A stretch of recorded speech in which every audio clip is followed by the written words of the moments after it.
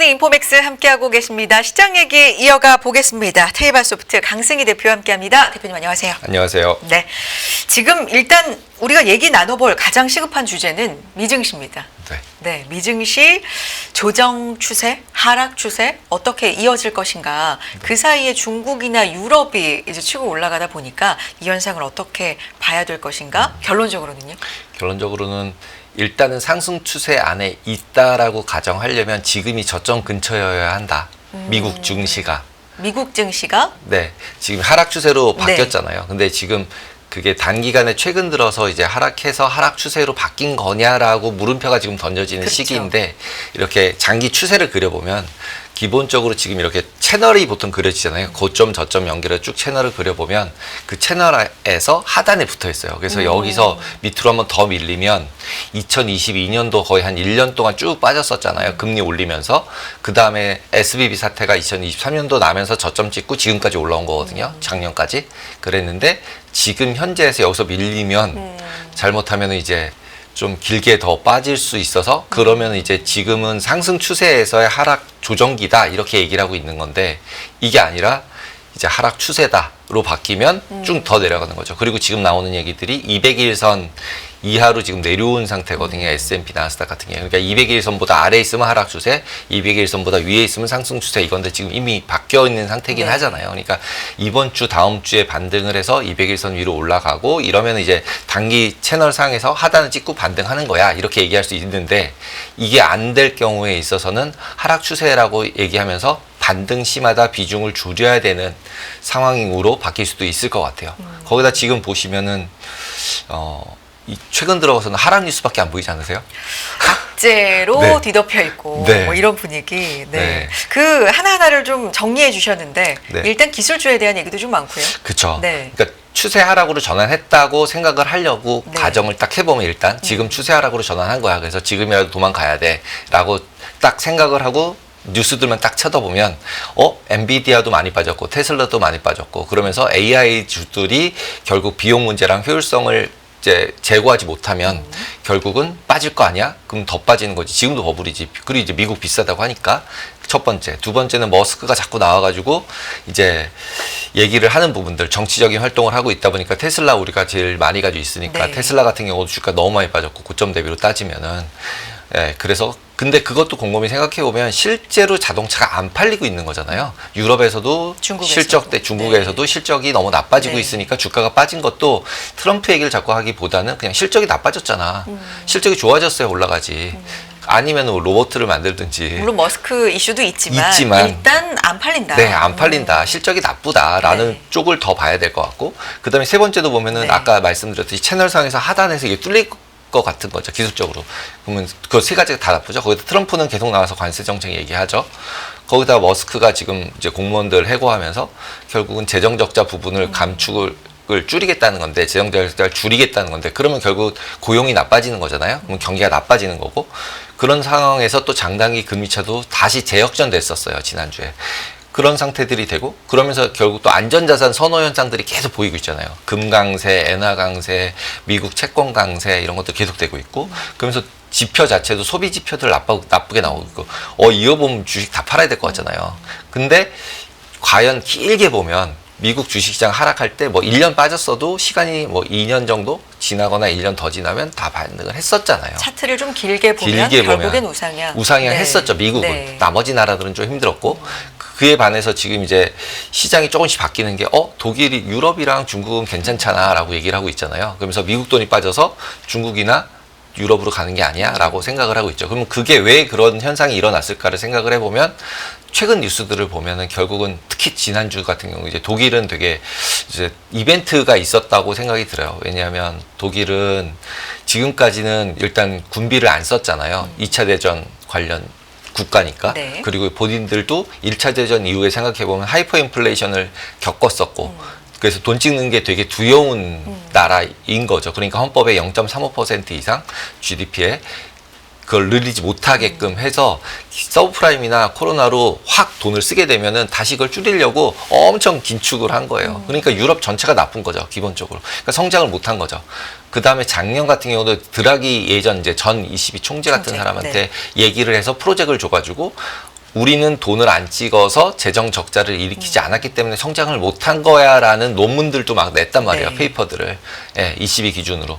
그랬는데 이번에 이제 벤스 가가지고 막 이제 힘들게 얘기하고 너네들 뭐 너 극우 되는 거 아니야 뭐 이렇게 얘기 극우 지지하고 그다음에 또 젤렌스킨 가서 혼나고 오고 그다음에 너도 네가 알아서 혼자 잘 살아야지 이렇게 얘기하니까 이제 화가 났겠죠. 그러니까 당연히 국방 예산 늘리겠다고 얘기를 해버리고 그다음에 너네만 돈 찍어서 그래 나도 그냥 돈 찍을래 이렇게 간 거라고 보여져요. 약간은 감정적인 부분도 없잖아 있을까 있지 않나라는 생각이 듭니다. 그러면서 완전하게 피보팅을 하겠다고 이럴 때 일단 어나운스를 지난주에 다 했고 네. 그러면서 이 CB는 금리를 낮췄거든요. 그러니까 단기 금리를 25bp 인하를 했는데 장기 금리는 올라가요. 네.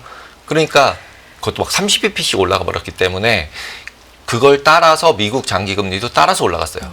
글로벌하게는 일단 외환이랑 채권 금리 두 개는 같이 무조건 움직인다 보니까 엔캐리 트레이드도 다 그런 입장에서 돌아가고 있는 거고 그래서 그 부분도 걸리면서 실제로 미국도 금리가 올라가고 장기 금리 올라가고 그 다음에 유럽도 올라갔다라는 쪽에서 보면은 돈을 진짜 푸는구나 네. 라는 부분에 대해서는 예스라고 볼 수밖에 없는 것 같아요. 유럽에서. 그 다음에 중국도 또 돈을 풀겠다고 양회에서 얘기를 했죠.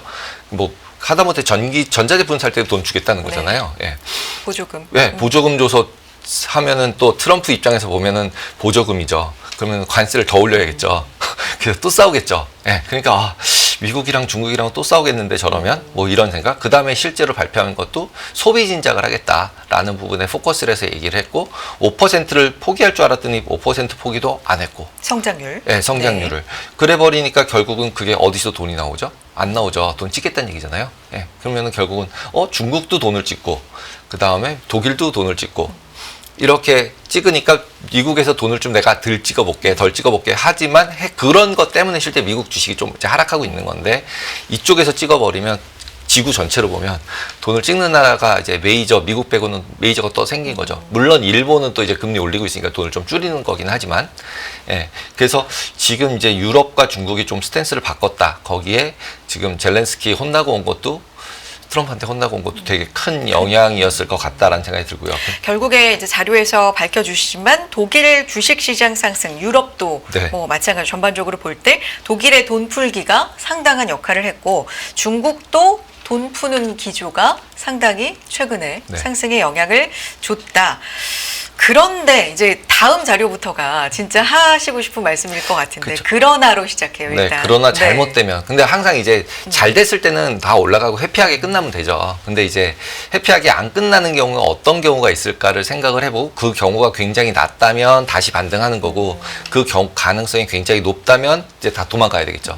근데 이제 생각을 해보면 지금 진짜 블랙스완은 계속 뭐 저희들 사람들끼리 만나서 얘기할 때 전쟁이라고 자꾸 얘기를 하는데 그러니까 일어날 가능성은 낮지만 만약에 일어난다면 이건 대책이 굉장한 큰 임팩트가 일이. 있는 그게 블랙스완이니까 블랙스완이니까. 이게 뭐 전쟁 같은. 네, 전쟁 같은. 근데 그걸 우리가 예상할 수 있냐라고 네. 얘기하면 예상하기는 되게 어렵죠. 그렇죠. 네, 그리고 되게 사소한 일에서 네. 또 발생을 하고 과거를 보면 그러면 생각을 딱 돌이켜서 가보면 1차 대전 때 같은 경우에 독일 같은 경우는 하이퍼 인플레이션을 실제로 저희가 무슨 뭐 TV 같은 데 볼 때 막 이렇게 막 리어커 같은 데 돈 싸가지고 와가지고 쌀 좀 사가고 밀 사가고 뭐 이런 것들 보이는 옛날 이제 화면들이 보이는데 그런 거가 결국 하이퍼 인플레이션이잖아요. 돈으로 상관이 없는 그런 상황들이 발생한 이유가 뭐였냐라는 거죠.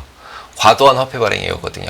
그래서 독일은 그걸 자기네가 몸소 겪은 나라이기 때문에 0.35%라는 이제 아예 헌법에 들어가 있는 돈 찍지 못하게 해놓는 게 있었고 그로 인해서 경제가 성장하지 않으면 돈을 못 찍으니까 선순환을 돌릴 수가 없는 거죠. 미국처럼 돌릴 수가 없는 거죠. 근데 이게 맞는지 이게 맞는지를 얘기하기는 조금 어려운 것 같아요. 근데 미국에서는 어쨌든 MMT라는 이론 돈 찍어서 돌리면 다시 돌아간다라는 이론들이 이제 나오기 시작을 한 거고 근데 독일은 거기에 동참을 하지 않았던 거고 근데 전쟁이 그때 하이퍼 인플레이 생기니까 결국 시민들이 살기가 어려워지죠. 가치 하락, 통화 가치 하락하고 생활고 있고 그러니까 사회적으로 혼란이 일어나고 혼란이 일어난 상태에서 누가 나타났냐면 히틀러가 나타났죠. 히틀러가 나타나서 극단의 정치 이념을 부상시키고 사람들을 다 호도하고 그 다음에 군중화시키고 그 다음에 양극단으로 몰고 그러면서 기존에 있는 정치 세력들에 대한 불신을 만들고 그 불신을 만든 상태에서 누가 나타나냐면 히틀러랑 나치당이 출연을 하고 그들이 부흥을 시킬 거다. 국가를 부흥시킬 거야. 우리나라가 최고야.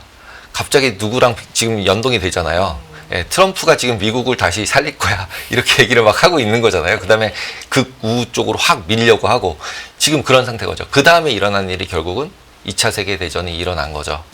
근데 그 원천은 뭐였냐면 지금 쭉 길게 말씀드린 게 하이퍼 인플레이션이 있었고 내가 살기 너무 힘들었다. 라는 게 제일 컸다는 근데 거죠. 이제 지금 이제 쭉 들어보면 대표님 여기까지 가신다고요? 생각이 뭐 이렇게 될 수도 있어요. 조금 이제 물론 약간의 극단적이지만 그래서 블랙스완이라고 미리 네. 밝혀주신 네, 거예요. 맞습니다. 굉장히 드물게 일어나는 확률적으로 굉장히 희박하지만 네. 만약에 이렇게 잘못된 방향으로 간다면이라고 우리가 가정을 해보는 거잖아요. 가면 전쟁까지 네. 갈 수 있다는 거죠. 그래서 경제 혼란이 일어나고 그러면 정치적으로 극단주의가 나오고 그러고 나면 전쟁이 결국 일어나더라. 라는 게 과거 히스토리에 있었던 일이고 그러면 지금 현재 상태에서 가장 큰 블랙스완이 뭘까?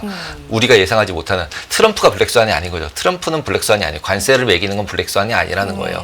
어차피 근본적으로 보면 트럼프는 그냥 내가 잘 살겠다고 얘기하는 것 뿐인 거니까 미국이 그런 거이기 때문에 이게 경제를 부흥을 못하고 경제가 나빠지는 스태그플레이션 우리가 얘기했던 것처럼 나빠지는 쪽으로 확 돌 경우에는 지금 얘기되는 것들이 극단주의가 더 극단화될 수밖에 없고 그러면 이벤트가 발생을 해야만 뭔가 해결이 되니까 이제 이슈가 생길 수 있지 않을까라고 생각이 듭니다. 근데 지금 이 말씀을 왜 드렸냐면 처음에 다시 가보시면은 네. 제가 중국이랑 독일에서 독일. 돈을 돈을 푼다. 푼다. 네, 돈을 푸는 게 적절하게 돈을 풀어서 미국처럼 경기가 살아나면 미국은 어떻게 생각하면 돈을 풀어서 살린 거잖아요.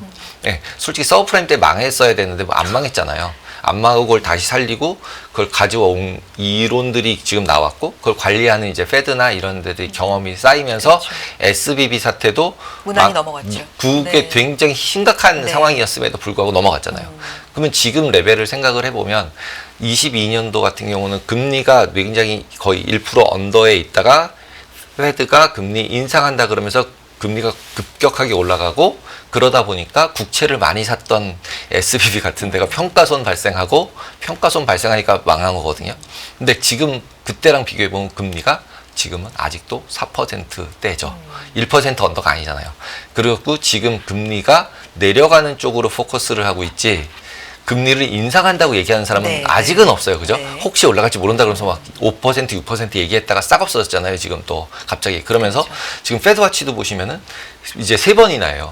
올해. 2번에서 3번으로 이제 늘었어요. 더 늘었어요. 네. 그 다음에 속도도 계속 빨라져요. 이제 6월에 무조건 하는 분위기예요. 지금 분위기는. 5월 얘기도 네, 5월까지도 많이 확률도 늘었으니까요. 많이 올라왔어요. 네. 좀 이따 보시겠지만. 그래서 그런 부분들을 고려해 보면은 지금 현재 상태에서 하락 추세로 아까 말씀드린 상승 채널 하에서 지금 아래쪽에 있긴 한데 이게 뚫리면서 완전히 밑으로 더 내려가지 않는다면 여기서 옆으로 좀 횡보 정도만 한다면 다시 반등할 수도 있지 않을까?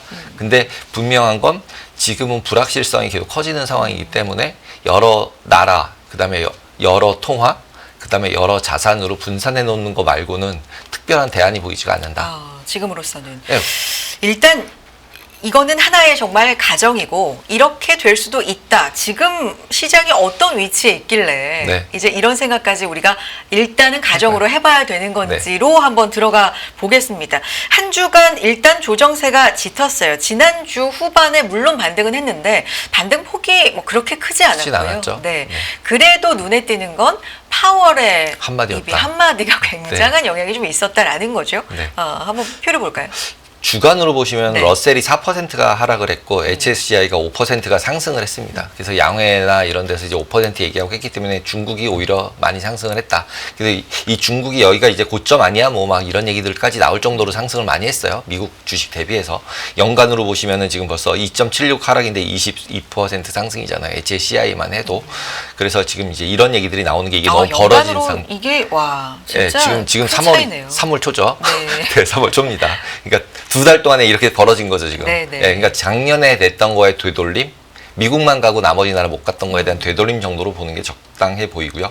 그런 상태에서 지금 지난주에 이렇게 빠진 이유는 트럼프 관세 전쟁 네. 얘기들을 계속 있었던 거고, 두 번째는 엔비디아 및 해서 반도체 관련된 주식들 실적들 가이던스 나쁘게 나오면서 구글이 좀 살려보려고 했지만 못 살렸고, 그 다음에 이제 맨 마지막에 그나마 파월이 나타나서 이제 반등을 견인시켜줬죠. 네. 그 다음에 금요일 날 나왔던 지표들 중에 난판 페이롤이나 이제 아월리 어닝들 보시면은 지금 난판 페이롤은 그래도 반등을 하고 있어요. 2월 달에, 1월 달 대비해서는. 그렇기 때문에 고용이 좋다라는 부분들은 아직도 어느 정도는 좋다라고 보셔야 될 것 같고, 네. 그 다음에 시간당 임금이 상승하면 인플레이션 우려가 있는 건데, 그렇죠. 아까도 처음에도 말씀드린 인플레이션 되는 게 너무 나쁜 상황이라는 건 확실하게 이제 알고 있잖아요, 페드도. 근데 임금이 낮아지고 있는 거니까, 시간당 임금이. 그러니까 실질적으로 인플레이션도 그래도 괜찮은 거니까 이걸 나쁘게 해석 안 하려고 했으면 할 수 있었는데, 시장은 그렇게 해석하지 않았었고 뺐어요, 실제로. 그 다음에 트럼프까지 나와서. 그런데 후장에 들어서 이제 파월이 나타나서 여기서처럼 이렇게 반등을 확 시켜줬죠. 그래서 이렇게 반등돼서 그나마 연간 차트, 일봉 차트로 봤을 때는 저점 찍고 많이 올려서 십자선을 만든 모양이어서 다행이다.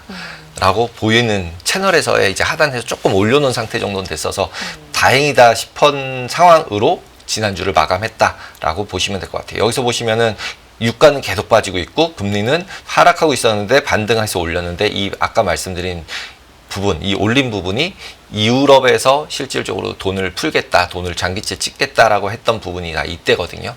그래서 이거에 연동돼서 올라가기 시작을 했고, 그거에 맞춰서 금리들이 다 반등을 했다라고 보시는 게 맞을 것 같아요. 그리고 기본적으로 종목들 쭉 보시면은 구글만 초록이고 나머지 빨긋빨긋하시죠. 너무 빨갛죠. 야. 예, 이렇게 빨간데 보시면은 초록인 부분이 구글 빼고 나면은 테슬라가 뭐 10% 테슬라 10, 마이너스. 엔비디아도 네. 거의 10, 네. 9.7이니까요. 그 와중에 초록은 여기에 있는 헬스케어 쪽 조금 초록, 일라일리를 빼고, 여기는 이제 그 비만 치료제 남들도 다 만들게 해준다 그래서 이제 내려가고 있는 것 같고요. 그 다음에 이쪽도 보시면은 코스트코랑 월마트 마이너스 보이고, 코카콜라, 페슈콜라 이런 거 초록색 보이고, 그러면 소비재, 그냥 이제 소비 방어제들이 네.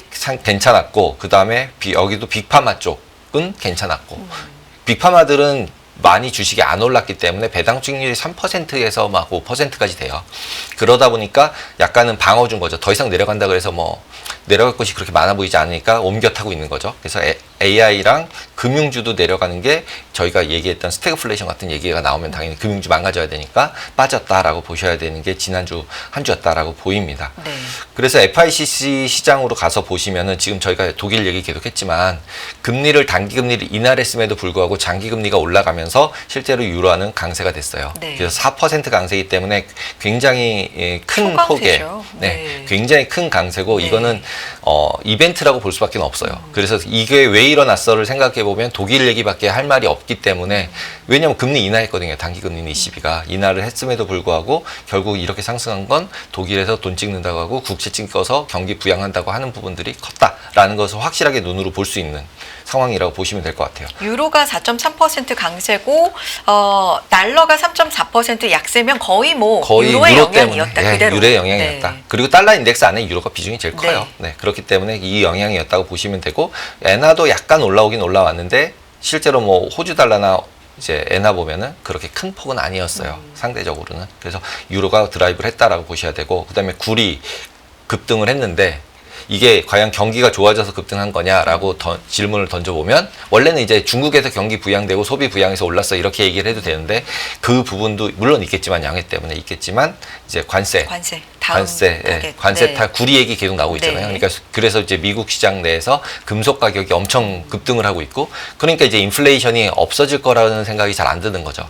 이제 관세 때문에 그게 더 확인이 돼가고 있는 느낌. 그러다 유가 선물 같은 경우는 오히려 약간 이제 그 트럼프가 땅에서 계속 많이 뽑아서 화석연료를 계속해서 에너지 가격 싸게 해주겠다, 이걸 계속 하고 있으니까 상방이 좀 막히는 느낌이잖아요. 그러니까 그런 부분들이 반영되지 않았을까라고 생각이 듭니다. 그래서 그 부분도 움직인 걸 보시면, 그래서 앞에랑 비슷하게 환율들은 계속 달러는 약세를 지속적으로 했고, 그 다음에 금리는 하락하다가 독일에서 얘기 나오면서부터 계속 상승세를 유지하고 있고, 그 다음에 금리 같은 경우도 여기서 그나마 조금 내려갈까 그랬는데 파월이 나와서 올라가고, 금리가 올라가고. 근데 지금 이 시장에서 약간 좀 특이한 점 중에 또 하나는 10년짜리 금리가 올라가야 주가가 올라가요. 네. 그 이유는 뭐냐면, 원래는 10년짜리 금리가 올라가면 주가가 빠졌잖아요. 반대로. 네, 반대로. 근데 네. 지금 지난주 같은 경우는 같이 가거든요. 그 얘기는 스태그플레이션 우려가 분명히 있었다.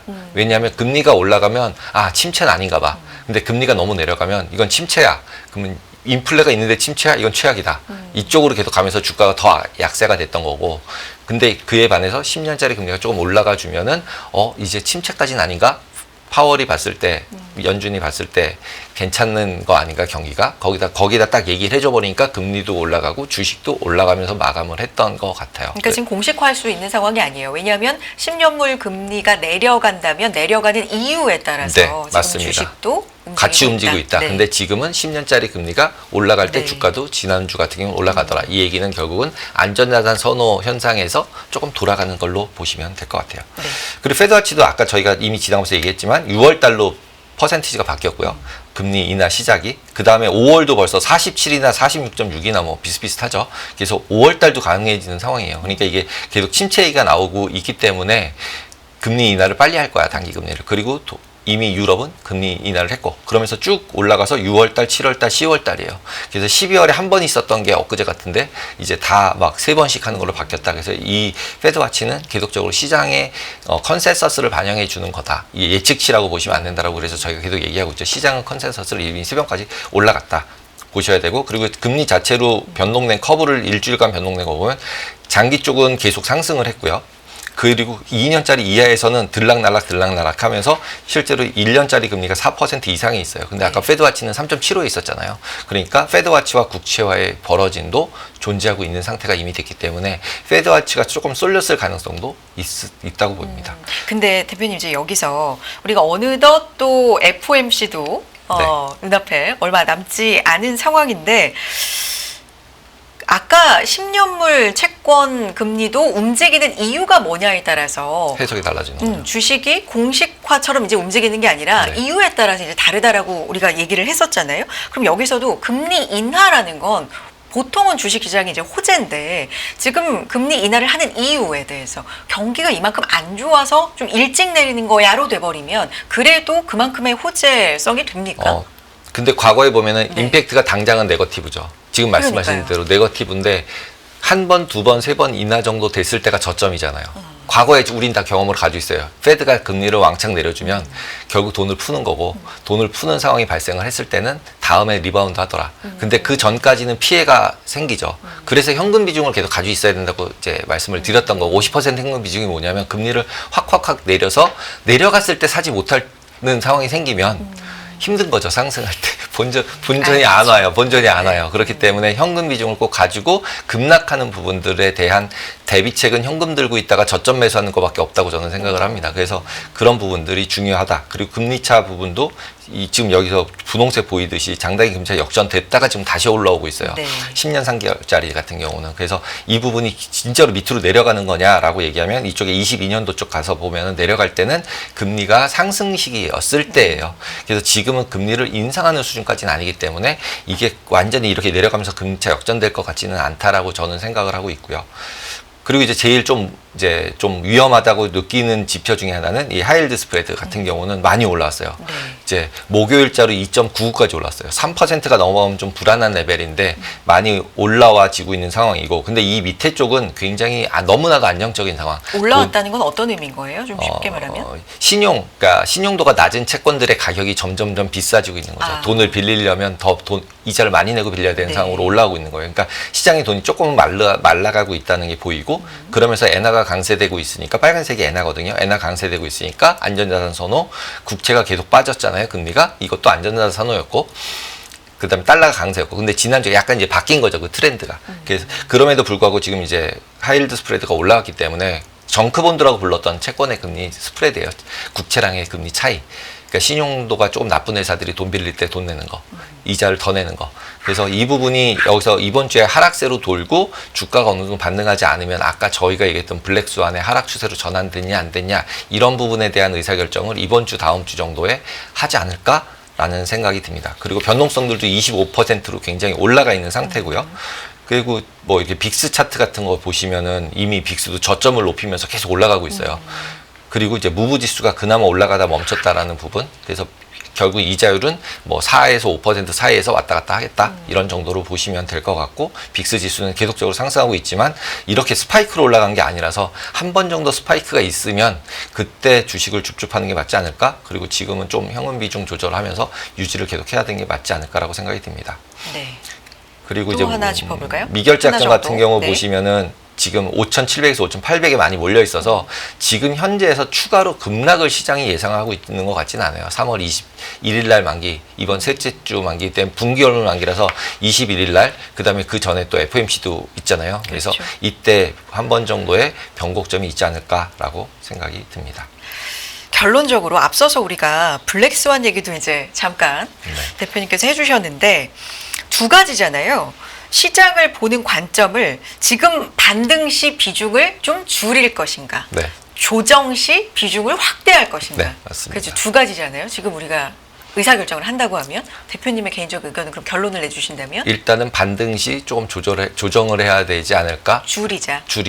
네. 왜냐하면 물음표인 상황들이 점점 더 많아지고 있는 상황이니까. 그렇다고 지금 하락 내려갈 때마다 계속 물타기를 해서 더 사자라고 하기에는 부담스러운 면이 있다. 그러니까 오히려 현금 잘 가지고 있다가 진짜 블랙스완급 아니면 이제 빅스 지수가 진짜 스파이크. 저번에 이제 8월 달에 한번 옌켈이 청산난다면 스파이크 있었잖아요. 그런 스파이크가 났을 때 매수할 돈을 가지고 있다가 그런 스파이크 났을 때 사자. 그 다음에 샀다가 반등했을 때 줄일지 안 줄일지는 그때 가서 또 지표들 보면서 생각을 해야 되겠죠. 일단 지금 상황에서는 방향성을 좀 봐야 되는 굉장히 중요한 네. 시점이 있기 때문에 반등 시 좀 비중을 줄이자라는 네. 쪽으로, 그리고 네. 상황 변할 때 또 이야기 나눠보도록 하겠습니다. 자, 오늘 여기까지 함께 할까요? 테이바소프트 강승희 대표 함께 했습니다. 고맙습니다. 감사합니다.